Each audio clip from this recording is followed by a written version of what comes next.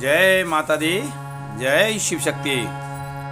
ओम जयंती मंगला काली, भद्रकाली कपालिनी, दुर्गा क्षमा शिवा धात्री, स्वाहा स्वधा नमोस्तुते। त्वमेव माता च पिता त्वमेव, त्वमेव बन्धुश्च सखा त्वमेव, त्वमेव विद्या द्रविणं त्वमेव, त्वमेव सर्वमं मम देव देवः। ओम सर्वमंगल मांगल्ये शिवे सर्वार्थ साधिके, शरण्ये त्र्यंबके गौरी नारायणी नमोस्तुते। जय माता दी, जय शिव शक्ति। श्री दुर्गा सप्तशती 11वां अध्याय।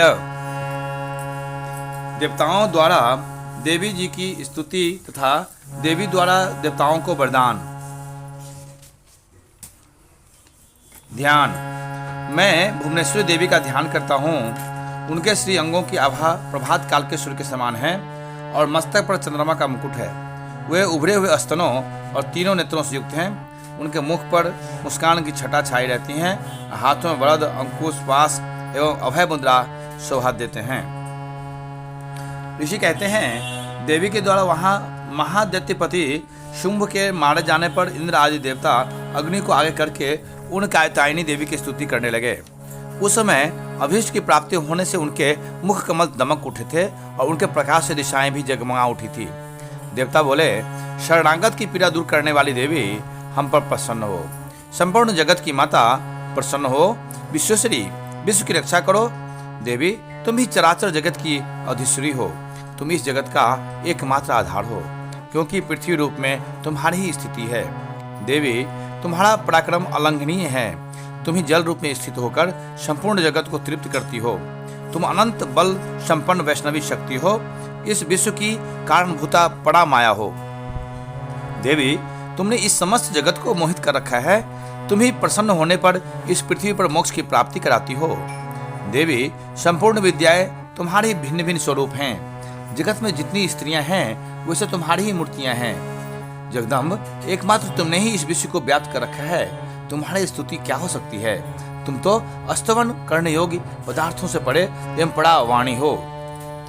जब तुम सर्व स्वरूपा देवी, स्वर्ग तथा मोक्ष प्रदान करने वाली हो, तब इसी रूप में तुम्हारी स्तुति हो गई। तुम्हारी स्तुति के लिए इसे अच्छी उक्तियां और क्या हो सकती है। बुद्धि रूप से सब लोगों के हृदय में विराजमान रहने वाली तथा स्वर्ग एवं मोक्ष प्रदान करने वाली नारायणी देवी, तुम्हें नमस्कार है। कला, काष्ठा आदि के रूप से क्रमशः अवस्था परिवर्तन की ओर ले जाने वाली तथा विश्व का उपसंहार करने में समर्थ नारायणी, तुम्हें नमस्कार है। नारायणी, तुम सब प्रकार का मंगल प्रदान करने वाली मंगलमयी हो। कल्याणदायिनी शिवा हो। सब पुरुषार्थों को सिद्ध करने वाली शरणागत वत्सला, तीन नेत्रों वाली एवं गौरी हो। तुम्हें नमस्कार है। तुम सृष्टि पालन और संहार की शक्तिभूता सनातनी देवी, गुणों का आधार तथा सर्वगुणमयी हो। नारायणी, तुम्हें नमस्कार है। शरण में आए हुए दीनों एवं पीड़ितों की रक्षा में संलग्न रहने वाली तथा सबकी पीड़ा दूर करने वाली नारायणी देवी, तुम्हें नमस्कार है। नारायणी, तुम ब्राह्मणी का रूप धारण करके हंसों से जुते हुए विमान पर बैठती तथा कुश मिश्रित जल छिड़कती रहती हो। तुम्हें नमस्कार है। माहेश्वरी रूप से त्रिशूल, चंद्रमा एवं सर्प को धारण करने वाली तथा महान वृषभ की पीठ पर बैठने वाली नारायणी देवी, तुम्हें नमस्कार है। मोरों और मुर्गों से घिरी रहने वाली तथा महाशक्ति धारण करने वाली कौमारी रूप धारिणी निष्पापे नारायणी, तुम्हें नमस्कार है। शंख, चक्र, गदा और शांग धनुष रूप उत्तम आयुधों को धारण करने वाले वैष्णवी शक्ति रूपा नारायणी, तुम प्रसन्न हो। तुम्हें नमस्कार है। हाथ में भयानक महाचक्र लिए और दाढ़ों पर धरती को उठाए बढ़ाई रूप धारिणी कल्याणमयी नारायणी, तुम्हें नमस्कार है। भयंकर नृसिंह रूप से दैत्यों के वध के लिए उद्योग करने वाली तथा त्रिभुवन की रक्षा में संलग्न रहने वाली नारायणी, तुम्हें नमस्कार है। मस्तक पर किरीट और हाथ में महावज्र धारण करने वाली, सहस्त्र नेत्रों के कारण उद्दीप्त दिखाई देने वाली और वित्रासुर के प्राणों का अपहरण करने वाली इंद्र शक्ति रूपा नारायणी देवी तुम्हें नमस्कार है। शिवदूती रूप से दैत्यों की महती सेना का संहार करने वाली, भयंकर रूप धारण तथा विकट गर्जना करने वाली नारायणी तुम्हें नमस्कार है। दाढ़ों के कारण विकराल मुख वाली, मुंडमाला से विभूषित मुंड मर्दिनी चामुंडा रूपा नारायणी तुम्हें नमस्कार है। लक्ष्मी, लज्जा, महाविद्या, श्रद्धा, पुष्टि, स्वधा, ध्रुवा, महारात्रि तथा महाविद्या रूपा नारायणी तुम्हें नमस्कार है। मेधा, सरस्वती, श्रेष्ठा, ऐश्वर्य रूपा, भूरे रंग की अथवा पार्वती, तामसी, महाकाली, नियता, संयम परायणा तथा ईशा सबकी अधीश्वरी रूपिणी नारायणी तुम्हें नमस्कार है। सर्वस्वरूपा, सर्वेश्वरी तथा सब प्रकार की शक्तियों से संपन्न दिव्य रूपा दुर्गे देवी, सब भयों से हमारी रक्षा करो, तुम्हें नमस्कार है।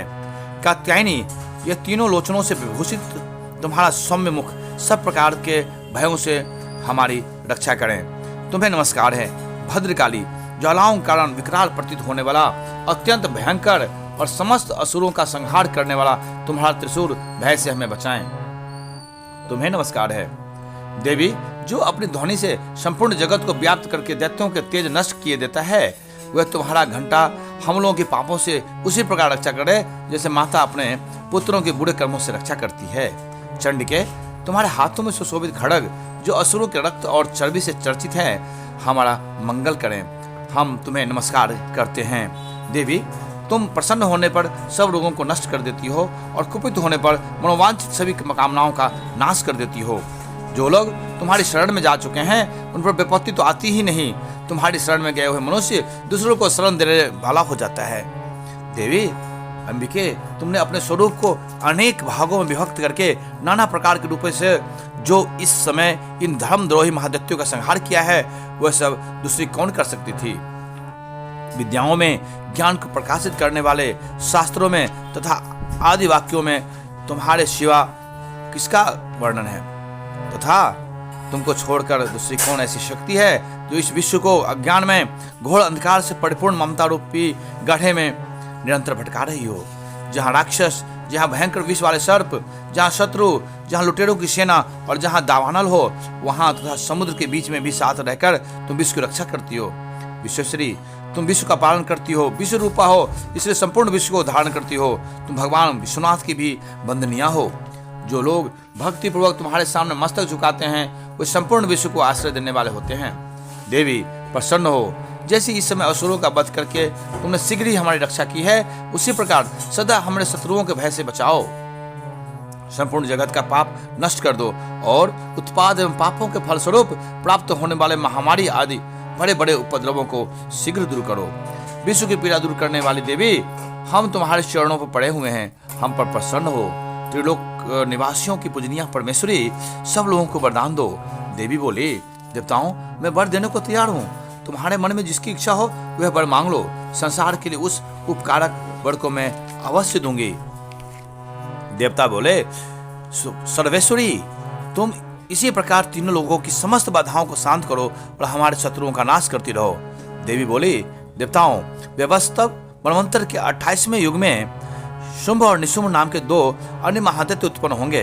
तब मैं नंद गोप के घर में उनकी पत्नी यशोदा के गर्भ से अवतीर्ण हो विंध्याचल में जाकर रहूंगी और उक्त दोनों असुरों का नाश करूंगी।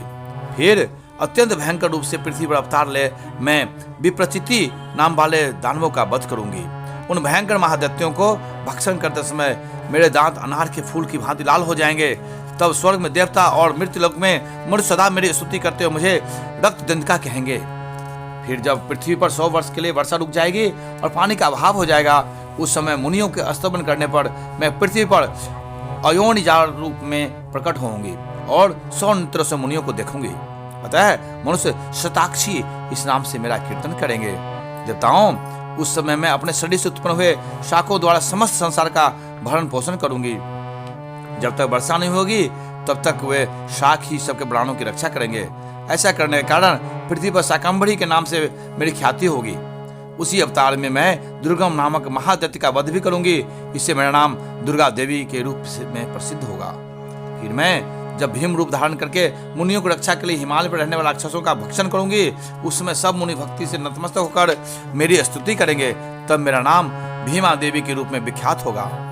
जब अरुण नामक दैत्य तीनों लोकों में भारी उपद्रव मचाएगा, तब मैं तीनों लोकों का हित करने के लिए 6 पैरों वाले असंख्य ब्राह्मणों का रूप धारण करके उस महादैत्य का वध करूंगी।